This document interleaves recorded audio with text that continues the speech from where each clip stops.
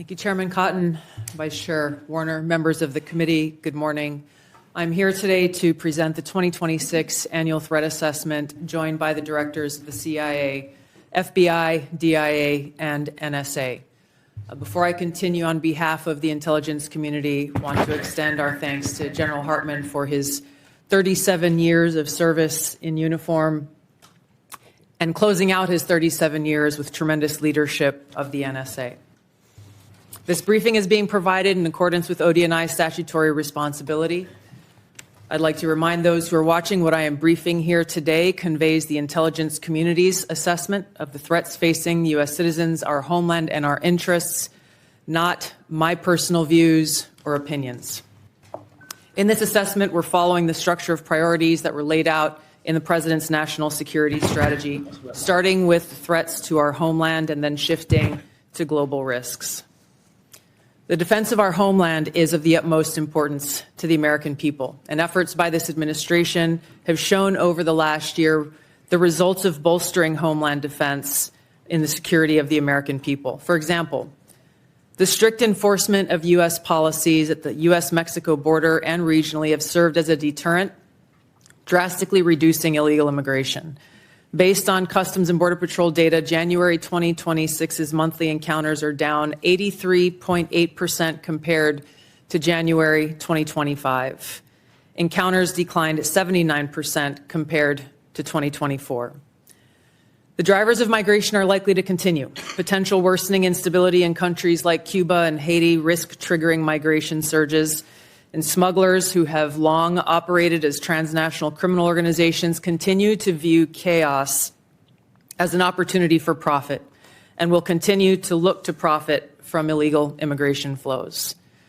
These transnational criminal organizations continue to pose a daily and direct threat to the health and safety of millions of U.S. citizens, primarily and directly by producing and trafficking in illegal drugs.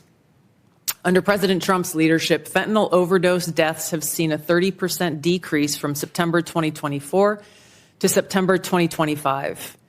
President Trump's aggressive efforts to more directly and actively target these transnational criminal organizations and reduce the inflow of fentanyl precursors has already had a significant impact, which is likely to continue.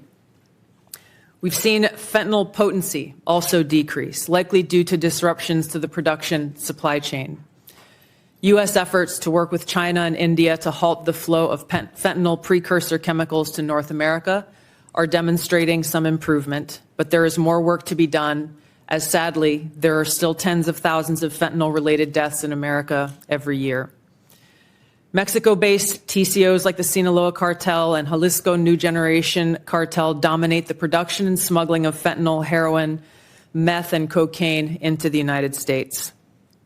Colombia-based DCOs and illegal armed groups like the Revolutionary Armed Forces of Colombia and the National Liberation Army are responsible for producing and trafficking large volumes of cocaine to the U.S. and European markets, with now some indicators of attempts to expand their market to the Asia-Pacific region. Colombia remains the world's largest producer of cocaine, and Colombian criminal groups have expanded their trafficking relationships with neighboring Ecuadorian and Brazilian gangs. As you know, MS-13 is well established in cells within the United States and uses violence to intimidate the Salvadoran diaspora, engaging in murder, extortion, retail drug trafficking, firearms offenses, and prostitution, fueling increased violence and instability. These and other TCOs continue to present a very tangible and individualized risk of violent crime to everyday Americans and contribute to regional instability. As the President increases his focus on counter-drug and counter-cartel pressures, they are likely to seek ways to try to adapt their operations, including shifting production locations and trafficking routes and methods. The United States continues to face a complex and evolving threat landscape with a geographically diverse set of Islamist terrorist actors seeking to propagate their ideology globally and harm Americans, even as al-Qaeda and ISIS remain weaker today than they were at their respective peaks. The spread of Islamist ideology, in some cases led by individuals and organizations associated with the Muslim Brotherhood, poses a fundamental threat to freedom and the foundational principles that underpin Western civilization. Islamist groups and individuals use this ideology for recruiting and financial support for terrorist groups and individuals around the world, and to advance their political objectives of establishing an Islamist caliphate which governs based on Sharia.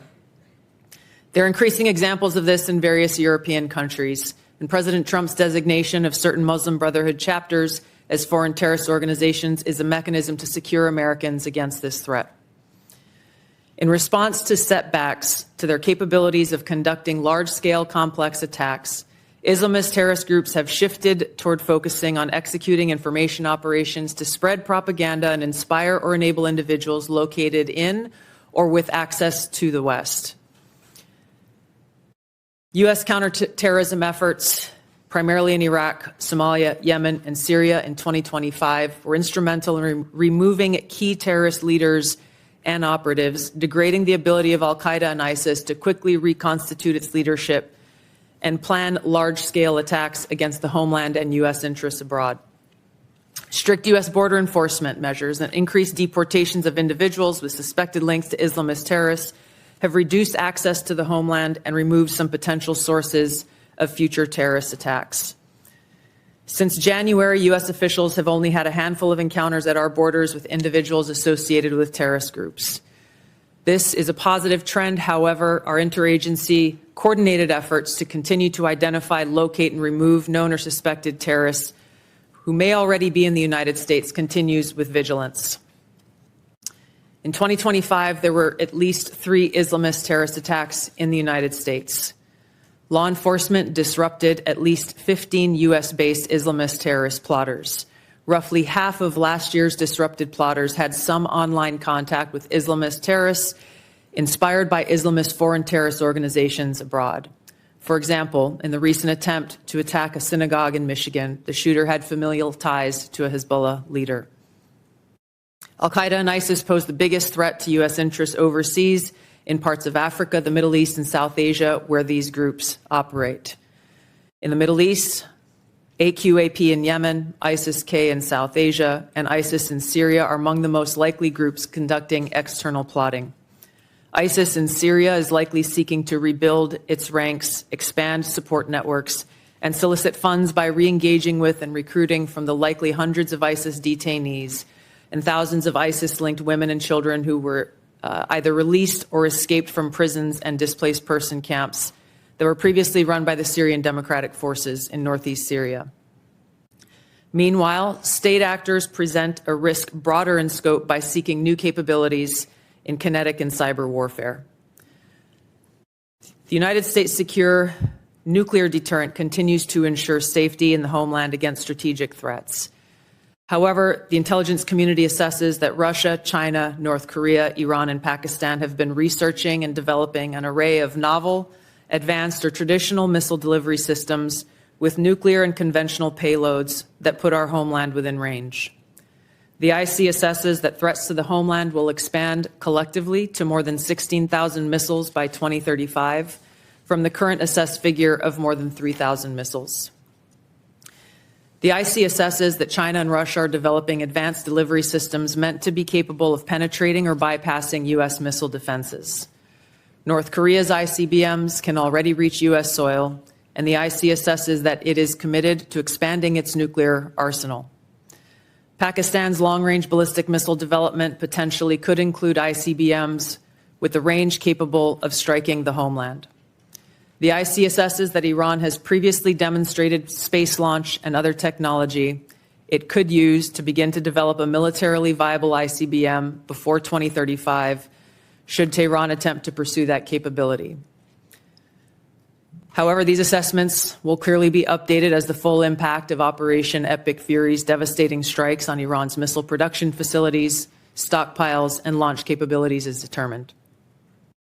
These nations collectively will likely seek to understand U.S. plans for advanced missile defense for the homeland, probably for the purpose of shaping their own missile development programs and assessing U.S. intentions regarding deterrence.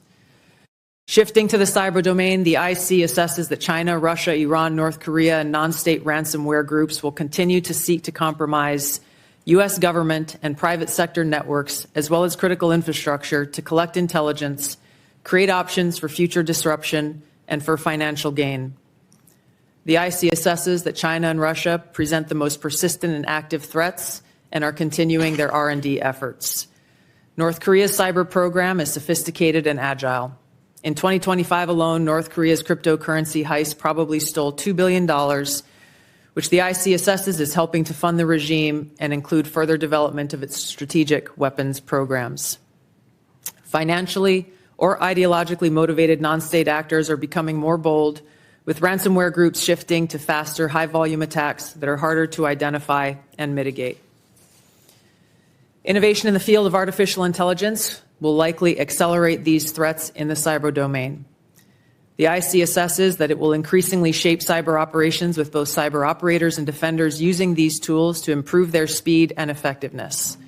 For example, in August of 2025, cyber actors used an AI tool to conduct a data extortion operation against international government, healthcare, and public health emergency service sectors, as well as religious institutions.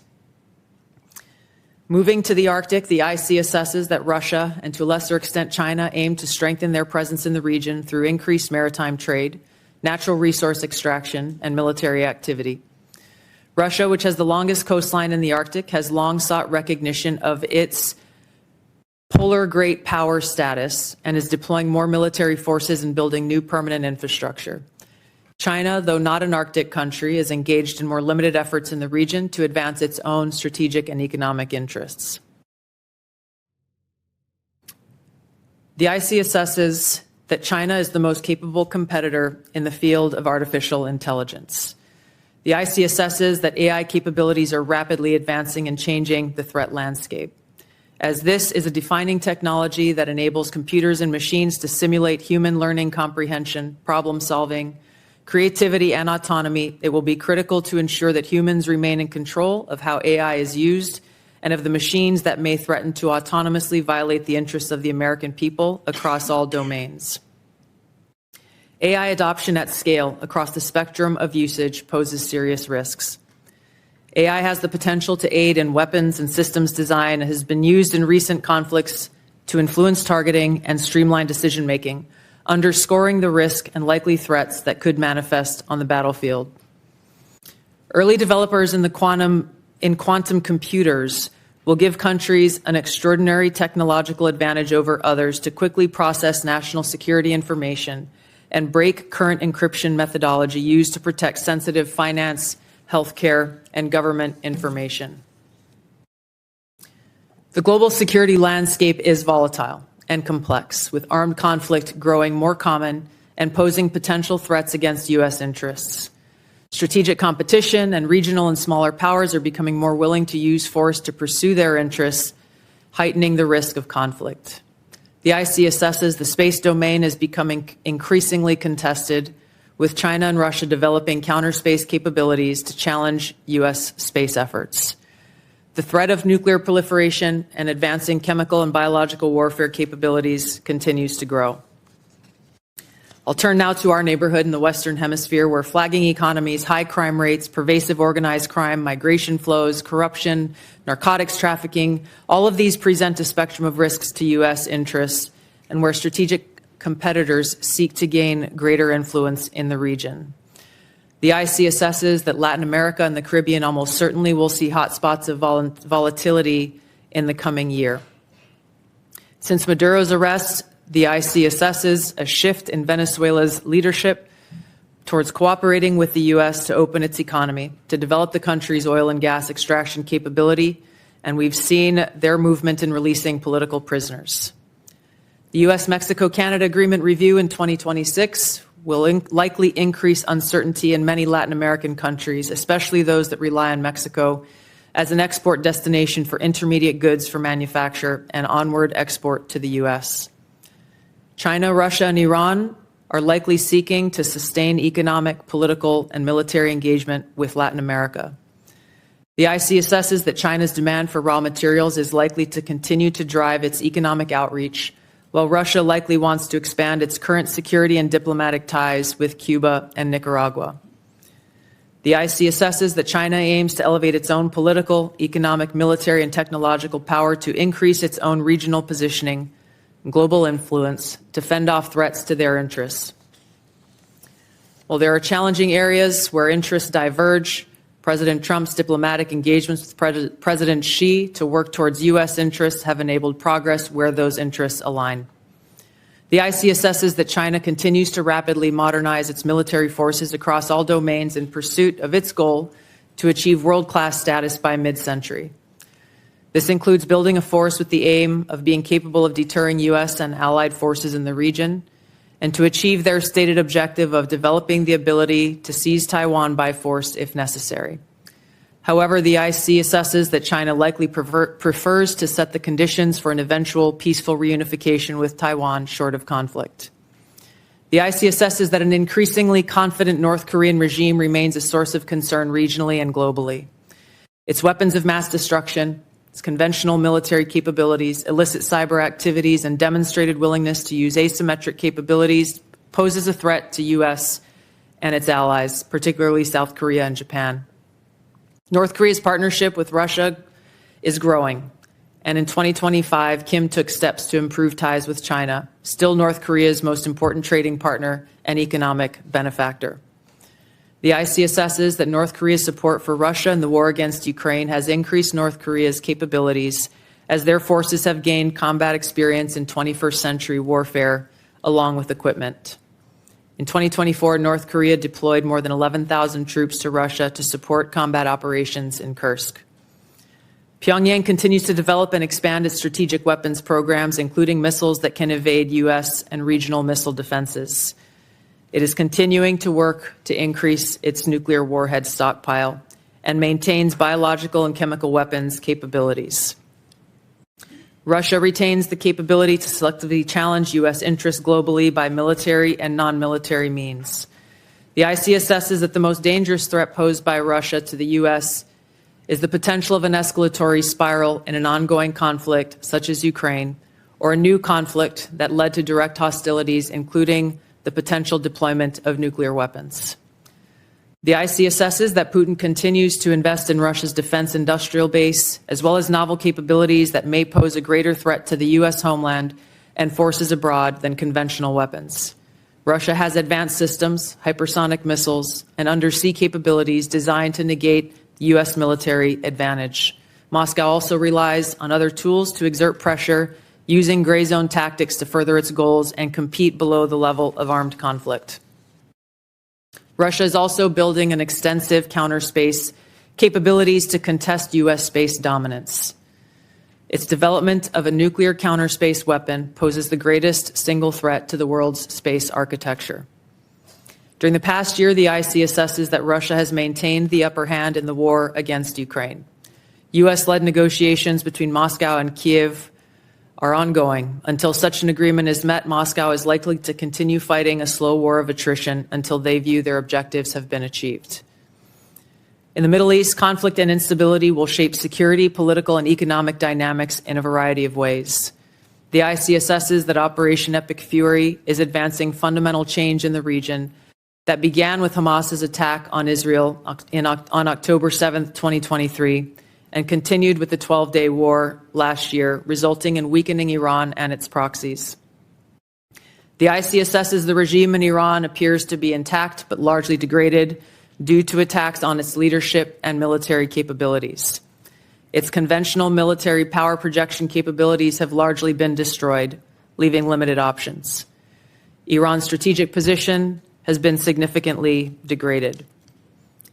The U.S.-led maximum pressure campaign and snapback of European sanctions added additional pressure to an already bleak Iranian economy, resulting in mass protests earlier this year that Tehran suppressed by killing thousands of protesters. Even if the regime remains intact, the IC assesses that internal tensions are likely to increase as Iran's economy worsens.